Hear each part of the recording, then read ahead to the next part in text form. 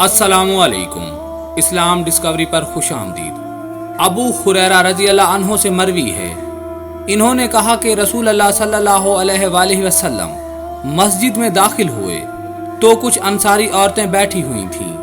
आपने इन्हें वादो नसीहत की और इन्हें हुक्म दिया कि वो सदका करें, चाहे जेवरात ही हों। फिर फरमाया, क्या कोई ऐसी औरत है जो दूसरी औरतों को अपने शौहर के साथ अलैदगी वाली बातें बताती हो?